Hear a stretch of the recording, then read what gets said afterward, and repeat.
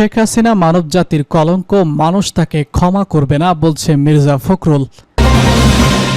এদিকে সড়কে অবরোধে এসে স্থানীয়দের ধাওয়ায় পালালো ছাত্রলীগ কর্মীরা। আরো জানিয়ে দিব, এনসিপি নেতাকে মারধরের অভিযোগ বিএনপির বিরুদ্ধে। শেখ হাসিনা মানবজাতির কলঙ্ক, মানুষ তাকে ক্ষমা করবে না বলছে মির্জা ফখরুল।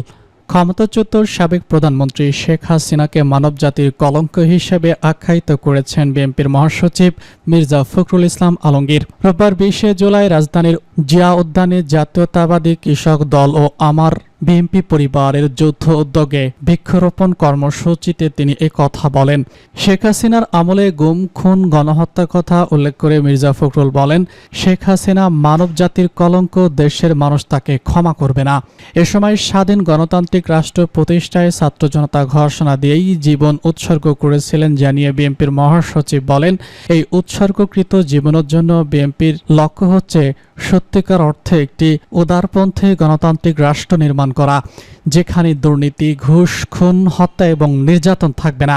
মানুষ স্বাধীনভাবে বাঁচবে। দলের পক্ষ থেকে ফ্রন্ট তৈরি, জুলাই আগস্টের হতাহত পরিবারকে পুনর্বাসন করা হবে বলেও জানান তিনি। নির্বাচন প্রসঙ্গে মির্জা ফখরুল আশাবাদ ব্যক্ত করে বলেছেন, অন্তর্বর্তী সরকার প্রতিশ্রুতি অনুযায়ী জাতীয় নির্বাচন দেবে। গণতন্ত্রে ভিন্ন মত থাকলে বিএনপি সবাইকে নিয়েই রেইনবো নেশন গঠন করতে চায় বলে মন্তব্য করেছেন তিনি। সড়ক অবরোধে সে স্থানীয়দের ধাওয়ায় পালালো ছাত্রলীগ কর্মীরা। শরীয়তপুরের নড়িয়া উপজেলায় নশান মাঝিরহাট এলাকায় গাছ ফেলে টায়ার জ্বালিয়ে অবরোধ করতে এসে স্থানীয়দের ধাওয়ায় পালিয়েছেন নিষিদ্ধ ছাত্রলীগের নেতাকর্মীরা। শনিবার দিবাগত রাত 11:30টার দিকে ঢাকা শরীয়তপুর মহাসড়কে এই ঘটনা ঘটে। এই সংক্রান্ত একটি ভিডিও শরীয়তপুর জেলা ছাত্রলীগ ও বাংলাদেশ স্টুডেন্টস লীগের ভেরিফাইড ফেসবুক পেজে প্রকাশ করা হয়, যেখানে সড়কে আগুন জ্বালানো ও গাছ ফেলার দৃশ্য দেখা যায়। বিষয়টি নিয়ে সামাজিক মাধ্যমে ব্যাপক আলোচনার সৃষ্টি হয়েছে। স্থানীয় সূত্র জানায়, ওই রাতে 10 থেকে 12টি মোটরসাইকেল নিয়ে একটি দল মহড়া দেয় এবং মাঝিরহাট এলাকায় গাছ ও টায়ারে আগুন জ্বালিয়ে সড়ক অবরোধের চেষ্টা করে।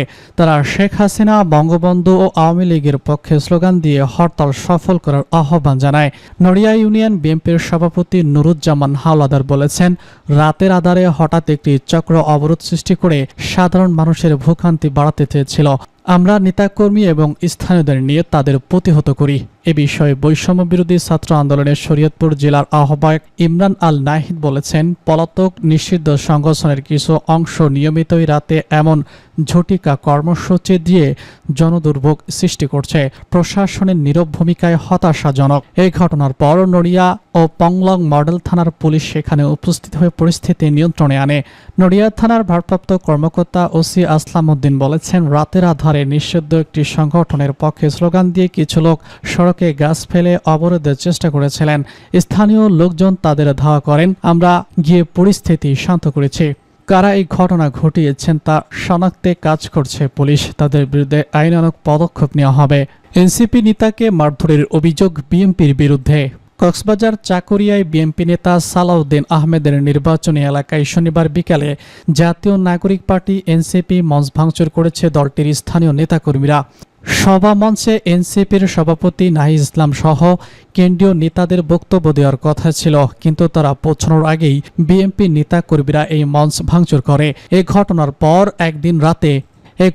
পর এদিন রাতে এনসিপির বাঁশখালীর সংগঠক তানভীর শিকদারকে বিএনপির নেতাকর্মীরা বেধড়ক পিটিয়ে মাথা ফাটিয়ে দিয়েছে বলে অভিযোগ উঠেছে দলটির মুখ্য সংগঠনের। এ নিয়ে নিজের ভেরিফাইড ফেসবুকে একটি পোস্ট করেছেন আরিফুর রহমান তহিন। পোস্টে তিনি লিখেছেন, ধন্যবাদ বিএনপি, ধন্যবাদ সালাউদ্দিন ভাই। কিছুক্ষণ আগে এনসিপির বাঁশখালীর সংগঠক তানভীর শিকদারকে বাঁশখালীর বিএনপি নেতাকর্মীরা বেধড়ক পিটিয়ে মাথা ফাটিয়ে দেয়। তিনি লেখেন, নাসিরউদ্দিন পাটোয়ারির যে বক্তব্য নিয়ে তাদের আপত্তি, তার জবাবেও কথা বা আইনিভাবে দেওয়া যেত। কিন্তু না, ওনারা এখনো পেশি শক্তির রাজনীতি বহাল রাখতে চায়, ভীতির রাজনীতি দিয়ে আধিপত্য বিস্তার করতে চায়। তাই তো স্টেট ভাঙলো, গাড়ি বহর আটকালো, মাথা ফাটালো। তিনি আরো লেখেন, অথচ এই তো কয়েকদিন আগে ওনাদের নেতা দুদু ভাই আমাদের অন্যতম শীর্ষ নেতা হাসনাত আব্দুল্লাহকে হিসু দিয়ে ভাসিয়ে দেওয়ার মতো নোংরা কথা বলো। আমরা এর জবাব দিয়েছিলাম কথার মাধ্যমে। এদিকে আমরা চাইলেই সংঘাতে যেতে পারতাম, কিন্তু নাহিদ ইসলামের সাফ কথা, আমরা পরিবর্তন চাই, বাকস্বাধীনতা চাই, কিন্তু বাধা আসলেও সর্বোচ্চ সংযম দেখাতে হবে। তাই সামান্য কিছুটা বাড়তি সময় নেন মুখোমুখি সংঘাত এড়াতে। এনসিপি নেতা লিখেছেন, আমরা কোনো প্রকার প্রোটোকল ছাড়াই সালাউদ্দিন আহমেদের এলাকার পার হয়ে এবং বান্দরবন যায়। এরপর কাপুরুষের মতো আমাদের ছেলেদের মারে বিএনপির লোকজন। ওরা আমাদের ভয় দেখাতে চায়, কিন্তু ওরা ভুলে গেছে আমরা হাসিনাকেই ভয় পাইনি।